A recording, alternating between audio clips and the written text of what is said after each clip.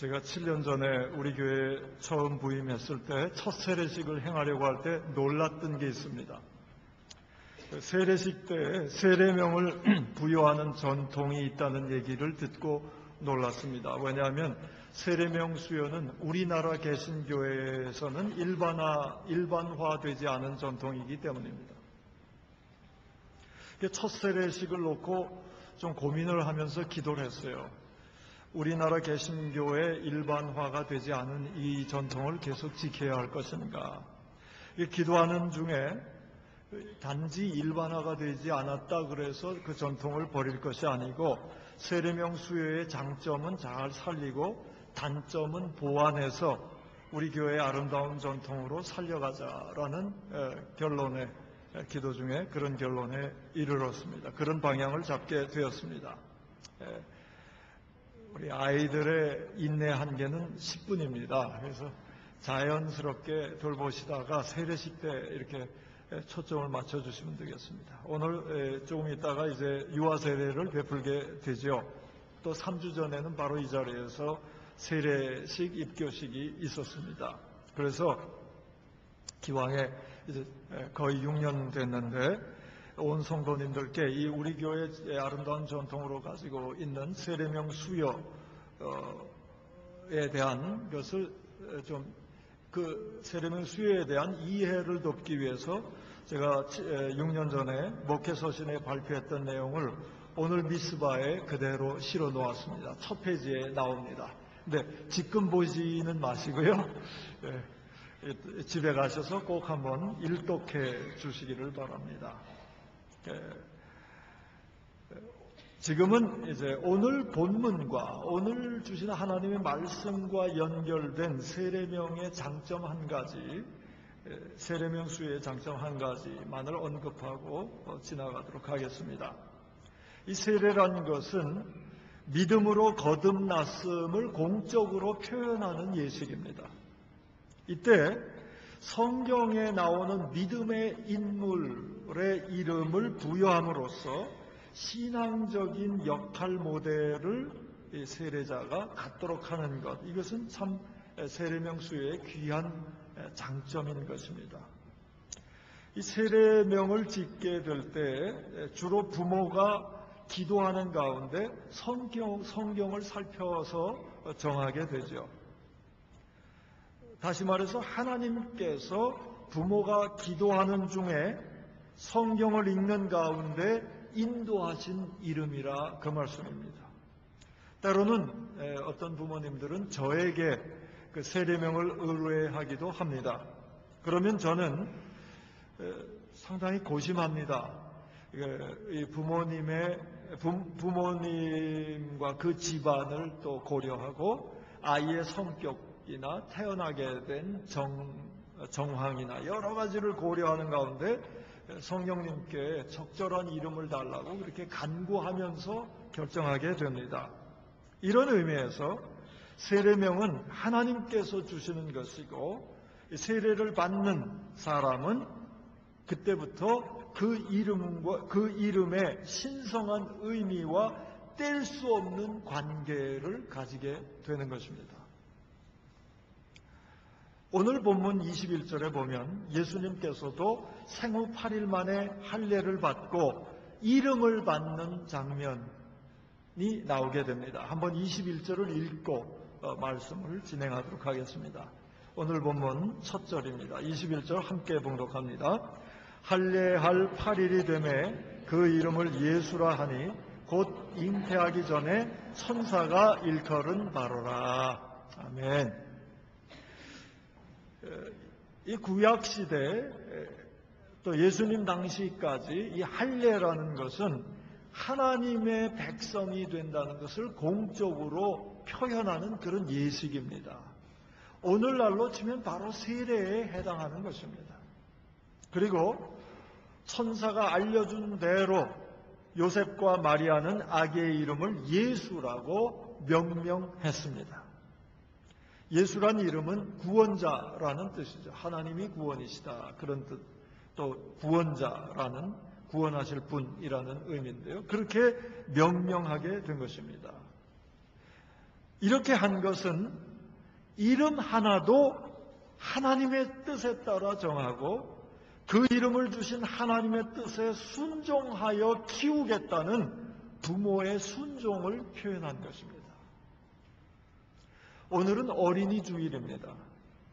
오늘 이 어린이 주일 본문을 통해서 믿음의 교육을 어떻게 할 것인가에 대해서 우리 하나님께서 본문 말씀을 통해서 가르쳐주고 계십니다. 사실 요즘 보면 날이 갈수록 교육을 도대체 어떻게 해야 할 것인가에 대해서 모든 부모들이 고민하고 있는 시대가 아닙니까? 또 부모들만이 아니라 교사들, 또 목회자들 모두가 도대체 후세들을 어떻게 교육할 것인가 큰 고민거리를 가지고 있는데 그 해답이 오늘 본문에 요셉과 마리아를 통해서 주어지고 있는 것입니다. 요셉과 마리아는 아기 예수께 할례를 베풀고 하나님께서 주신 이름에 순종하여 그 이름을 불렀습니다. 다른 말로 하면 아이들을 믿음의 공동체에 입문시키는 것, 그리고 하나님께서 자녀에게 주신 것을 순종하여 받아들이는 것, 이 두 가지가 바른 교육의 시작이다. 그런 말씀입니다. 요셉과 마리아의 이러한 믿음과 순종은 예수님께서 태어나신 이후부터 시작된 것이 아니고 예수님께서 잉태되실 때부터 특별했습니다. 예수님 탄생에 대한 하나님의 뜻은 처녀가 잉태하는 것이었어요. 처녀인 마리아가 하나님의 그러한 뜻 때문에 그러한 뜻에 순종하면 돌에 맞아 죽을 수밖에 없는 그런 상황임에도 하나님의 뜻에 순종함으로써 아기 예수를 잉태할 수 있었던 것입니다. 또한 요셉도 마찬가지예요. 요셉이 자기 약혼자인 마리아가 자기와는 상관없는 임신을 한 것을 알고도 천사가 그것이 하나님의 뜻이라고 알려주었을 때 그 하나님의 뜻에 순종해서 남자의 자존심, 세상 이목에 의한 그 수치심 이런 거 다 내려놓고 마리아를 용납했기 때문에 예수님께서 안전하게 탄생하실 수 있었던 것입니다. 참된 자녀 교육은 부모들이 하나님을 진실되게 믿고 하나님의 뜻에 순종할 때에 시작된다는 말씀입니다. 다른 길은 없습니다. 교육에 대해 이 얘기 저 얘기 많지만은 진정한 교육은 우리 기성세대가 진정으로 하나님을 믿는 것, 그리고 그분의 뜻에 순종하는 것, 이것이 교육의 알파요 오메가라는 것입니다. 우리가 진심으로 자녀가, 우리의 후세들이 잘 교육받아서 잘 되기를 원한다면 우리가 하나님의 뜻을 제대로 믿으면 됩니다. 하나님의 뜻을 제대로 믿고 순종하면 되는 것입니다. 자녀를 향한 하나님의 뜻을 알고 하나님의 뜻을 빙자한 자기 뜻이 아니에요. 진짜 하나님의 뜻을 알고 그 부모가 순종하면 그 아이는 잘되게 되어 있습니다. 하나님의 뜻인데 잘못될 수 있겠습니까? 하나님의 뜻을 알고 순종하는 부모들은 자녀에게서 하나님의 뜻이 반드시 이루어지는 것을 보게 될 것을 믿으시길 바랍니다. 믿고 하나님의 뜻을 구하고 하나님의 뜻 따라 양육하는 그러한 우리 기성세대 또 부모들 될 수 있기를 축원합니다. 카이스트에서 올해 들어서 몇 개월 사이에 4명이나 자살을 해가지고 국가적으로 큰 소동이 있었습니다. 그 이유를 학교에서 공부에 대한 과도한 스트레스를 주어서 그렇게 되었다고 얘기합니다. 그러나 실상 자살의 이유가 과연 그렇게 단순할까? 그렇지 않다고 저는 생각됩니다. 자살에 이르게 한 여러 요인이 있을 것이다. 심리적인 요인, 정신적인, 영적인 요인, 혹은 성격적인 요인, 사고방식, 그동안 져져온 사고방식, 또 위기에 대처하는 습관, 여러 가지가 작용해서 결국은 자살에 이르렀을 것이다. 그런 생각을 합니다. 그런 다양한 요인을 공부에 대한 과도한 스트레스를 주었기 때문이라고 한마디로 얘기해서는 안 된다고 생각합니다. 오히려 굳이 가장 근본적인 원인을 우리가 굳이 찾아내자면 오히려 이것이 더 적합하다고 생각해요. 각자에게 맞는 다양한 가치 체계를 갖지 못했기 때문에 결국은 획일된 한 가지 가치 체계에 자신을 종속시키도록 만들었고 그렇게 지내왔기 때문에 이 비극이 일어난 것이 아닌가 이렇게 생각합니다. 대학생이 되기까지 한 20여 년간 점수로 계산되는 획일적인 가치체계 속에서 긍정적인 자기만의 정체성을 갖지 못한 것, 이것이 근본적인 원인이 아닌가 생각합니다. 이 근본적인 원인을 신앙적인 언어로 바꿔서 얘기하면 이렇게 얘기할 수 있습니다. 자기 한 사람을 천하만큼 귀히 여기시면서 자기만의 독특한 의미를 부여하시는 그 하나님의 뜻을 알지 못했기 때문에 진정한 자존감을 잃게 되었고 하나님의 자기만을 향한 하나님의 뜻을 알지 못하고 그래서 진정한 자존감을 잃게 된 것, 이것이 자살의 근본적인 원인이 아닌가 그렇게 생각이 됩니다. 그렇기 때문에 우리가 교육할 때, 아이들을 교육할 때 무엇보다도 중요한 것은 오직 그 한 아이를 향한 특별한 하나님의 뜻이 있다고 믿는 것, 이것이 중요한 것입니다. 그것을 믿으면서 부모나 기성세대의 뜻을 강요하는 것 대신에 하나님께서 그 아이만을 향한 그 뜻을 발견하고 그 뜻에 순종하는 것, 이것이 성경적인 교육입니다. 그 교육을 받으면 아이들이 잘못될 수가 없는 것입니다. 우리가 흔히 기도할 때 이런 기도하는데 이건 굉장히 위험한 기도예요. 우리 아이가 점수 잘 따게 해주세요. 이게 굉장히 위험한 기도입니다. 좀 점잖은 말로 바꿔서 할 수 있어도 내용을 들춰보면 그 기도예요. 우리 아이가 학교에서 배우는 것 쏙쏙 알아듣게 해주세요. 비슷한 그 내용이죠. 그렇게 해서 뭐 원하는 거예요? 결국 점수 잘 따게 해달라. 우리 아이가 남에게 뒤지지 않게 해주세요. 점수 잘 따게 해달라. 이 굉장히 위험한 기도. 그런 기도는 절대로 해서는 안 된다는 얘기는 아닙니다. 때에 따라서는 필요할 수도 있어요. 그런데 그 기도밖에 안 하면 그건 진짜 문제입니다. 그 굉장히 위험한 기도인데 그런 위험한 기도만 하는 부모님도 계세요. 참 안타까운 일입니다. 오늘 성경 말씀에 비추어서 우리가 해야 할 기도가 무엇이겠습니까? 우리는 이렇게 기도해야 돼요. 이 아이를 향한, 이 아이만을 향한 하나님의 뜻이 무엇인지 가르쳐 주십시오. 그렇게 기도해야 돼요. 그 뜻을 분별하지 못한 채로 세상의 흐름에 휩싸이면 잘못됩니다.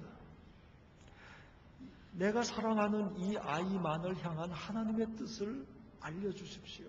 그리고 기도할 때 그 뜻을 알려주시면 제가 먼저 순종하겠습니다. 하나님의 뜻이면 그대로 내게서 이루어지이다 라고 기도한 마리아의 기도를 해야 되는 거예요. 그리고 또 기도할 게 처음에는 이 아이만을 향한 하나님의 뜻이 무엇인지, 그러면서 기도할 것은 하나님의 뜻을 알아서 이 아이가 자존감을 갖도록 하는 그것이 무엇인지 알려달라고 기도해야 하는 것입니다. 이 두 가지 기도를 드리세요. 이 아이를 향한 하나님의 뜻이 무엇입니까? 그리고 이 아이가 그 뜻을 받아서 정말 하나님 주시는 자존감을 가질 수 있도록 하는 그것이 무엇인지 그걸 놓고 기도해야 되는 거예요. 그것을 부모가 알고 교사가 알고 그렇게 기도하면서 양육할 때 예수님처럼 지혜도 잘하고 몸도 잘하고 하나님 보시기에 사람 보시기에 사랑스러운 인물들로 성장해 갈 것입니다. 이 믿음을 가져야 되는 거예요.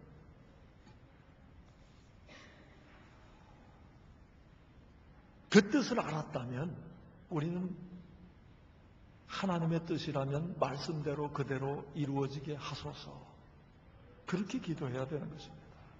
그렇게 기도하면서 키운 아이는 하나님의 빛을 바라는 사람이 될 것입니다. 믿고 나아갈 수 있기를 축원합니다. 오늘은 24절까지만 볼 텐데요. 22절, 23절, 24절은 한꺼번에 좀 보겠습니다. 읽지는 않겠어요. 한번 눈여겨보시길 바랍니다. 이 석절에 반복되는 같은 내용의 말씀이 있습니다. 그것이 무엇입니까? 조금은 달리 표현되어 있지만 내용은 같은 그런 구절이 있어요. 22절, 23절, 24절. 22절 처음에 보면 뭐라고 됐습니까? 모세의 법대로. 이 당시에 성경을 모세의 법이라고, 모세율법이라고 불렀어요. 한마디로 하나님의 말씀대로, 그런 뜻이죠. 23절 처음에 어떻게 쓰여져 있습니까? 주의 율법에 쓴 바, 하나님의 말씀에 따라, 그런 뜻이에요. 24절 처음에 주의 율법에 말씀하신 대로. 요셉과 마리아는 예수님을 어렸을 때부터 양육할 때에 하나님의 법에 따라 그 법에 순종하며 양육했다는 말씀입니다. 또 한 가지 주목해야 될 것이 23절 마지막 부분이에요. 23절 마지막 부분에 보면 아기를 주께 드리고, 그런 구절이 나옵니다. 자녀를 하나님의 소유로 인정했다는 얘기입니다. 아이들은 부모의 소유가 아닙니다.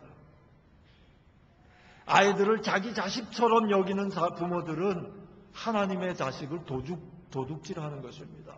도둑놈이 교육하는데 제대로 된 교육이 되겠습니까? 제가 좀 심한 말을 하는데요.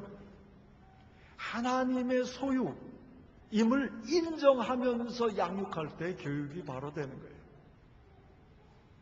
하나님의 뜻을 묻고 그 말씀에 순종하며 하나님의 소유임을 인정하면서 하는 교육, 이것이 하나님께서 원하시는 교육입니다.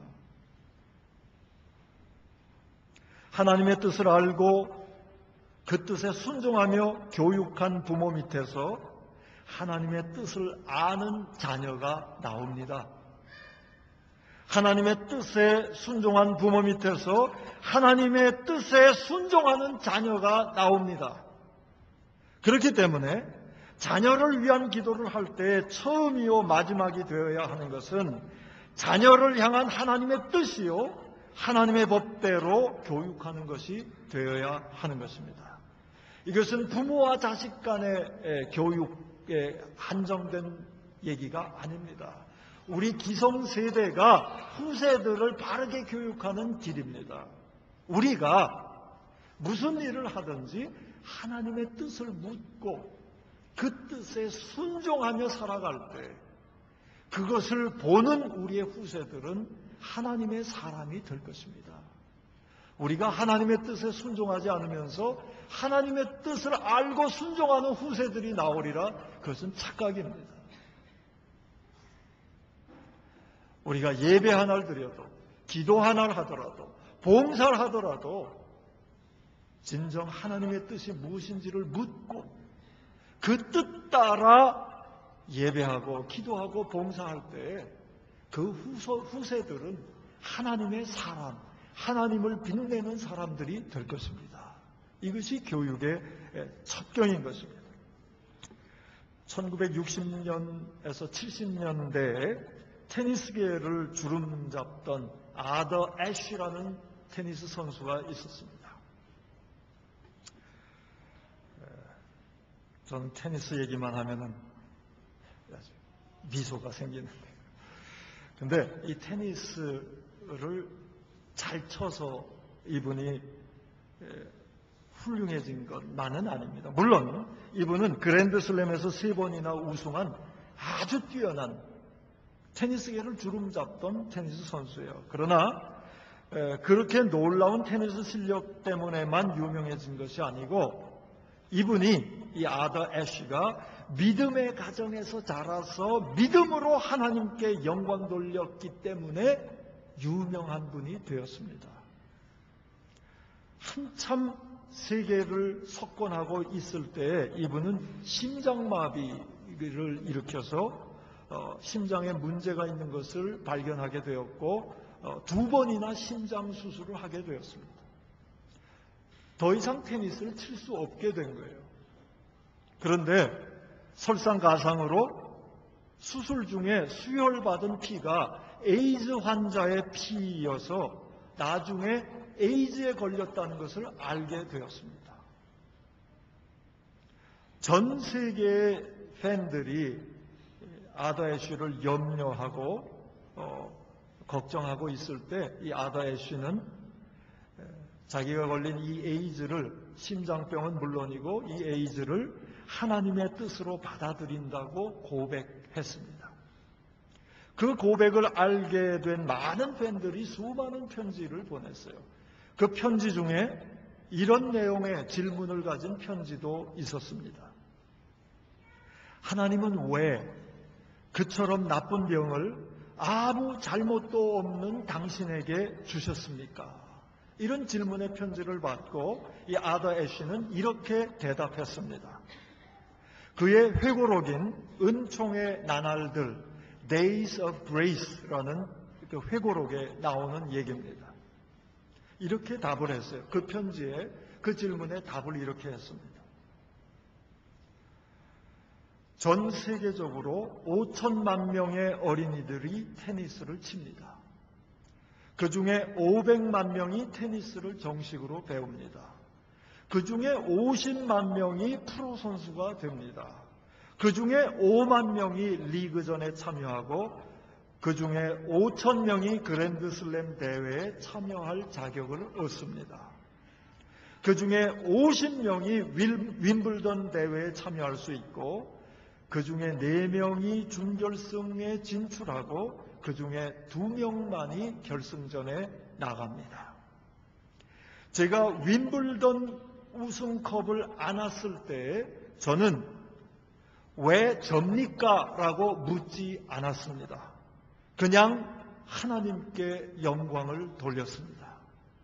마찬가지로 제가 지금 고통받고 있는 에이즈라는 엄청난 재앙에 대해서도 저는 왜 접니까? 라고 묻지 않고 이것을 하나님의 뜻으로 받아들임으로 하나님께 영광을 돌립니다.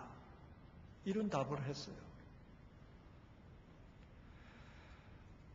세상의 법은 1등하는 것에 초점을 맞추게 만듭니다. 그래서 1등 이외의 사람들을 비참하게 만듭니다. 1등한 사람조차도 그 1등을 유지하느라 때로는 신경쇠약에 걸리기도 합니다. 그러나 하나님의 법은 1등에 이르지 못했을지라도 심지어 아무런 잘못도 없이 에이즈에 걸려서 일찍 생을 마감하게 되었을지라도 자신의 삶을 통해서 하나님께 영광을 돌리는 길을 가르쳐주고 많은 사람들에게 진정한 승리가 무엇인지를 알게 해줍니다. 이것이 하나님의 법이에요.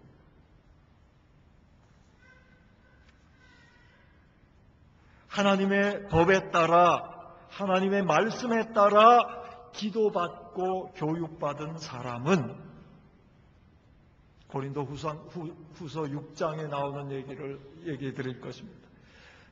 그렇게 하나님의 법에 따라 기도받고 교육받은 사람은 세상 사람들이 자신을 근심하는 자로 볼 때에도 진정 기쁨이 있는 자로 살게 됩니다. 하나님의 뜻을 알고 진정으로 순종하는 사람은 가난함에도 많은 사람을 부욕해 하는 삶을 살게 됩니다. 하나님의 진리를 아는 사람은 아무것도 없을 때일지라도 모든 것을 가진 자로 살아갈 수 있습니다. 하나님을 믿고 순종하는 사람은 세상 눈에는 죽은 자 같으나 참 생명을 가진 자로 살게 됩니다. 이것이 하나님의 법입니다. 이 하나님의 법 따라 교육할 것인가, 세상의 지혜로 교육할 것인가가 우리 기성세대에 주어진 도전입니다.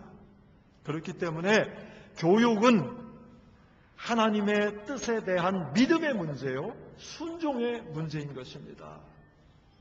믿음과 순종이 교육의 핵심인 것입니다. 하나님의 말씀은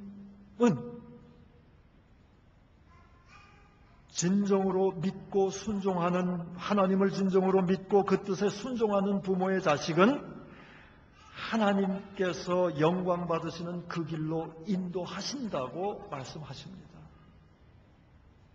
요셉과 마리아가 하나님의 뜻을 묻고 그 뜻에 전폭적으로 순종했을 때 오늘 본문 마지막에 시므온을 통해서 얘기하세요. 내 눈이 주의 구원을 보았사오니 이는 만민 앞에 예비하신 것이요 이방을 비추는 빛이요 주의 백성 이스라엘의 영광이니이다. 하나님의 법에 따라 그 뜻을 순종하며 양육하게 될 때 이방을 비추는 빛, 세상을 비추는 빛, 생명의 빛을 비추는 빛, 그 그리스도의 빛을 바라는 우리의 자손들, 우리의 후세들이 될 것입니다. 문제는 우리가 하나님의 뜻을 구하는 것이고 그 뜻을 믿고 그 뜻에 순종하는 것입니다.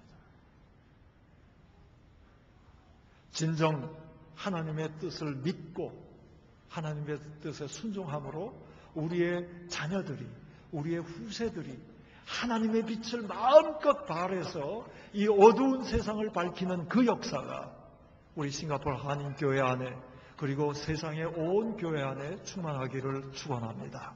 기도하겠습니다. 하나님, 교육이 문제라고 그리고 우리가 그것을 고민거리로 삼고 있는데 아버지 하나님, 성경적인 참된 교육의 길을 보여주시니 감사합니다. 결국 우리가 우리 자녀들을 위해서 우리 후손들을 향한 하나님의 뜻을 분별하는 것이 관건임을 생각합니다. 그 뜻을 알고 순종하는 것이 참교육의 알파요 오메가임을 깨닫습니다. 아버지 하나님, 우리에게 믿음의 믿음을 더해 주시옵소서. 순종의 순종을 더하게 하여 주시옵소서. 그리하여 하나님의 뜻을 향한 참된 믿음과 순종으로 교육하게 하셔서 그 믿음과 순종이 하나의 밀알이 되어 우리 사랑하는 자녀들에게, 우리 후세들에게 마음껏 자라서 꽃피우는 그런 아름다운 하나님의 결실의 역사가 있게 해 주시옵소서. 예수님의 이름으로 기도하옵나이다. 아멘.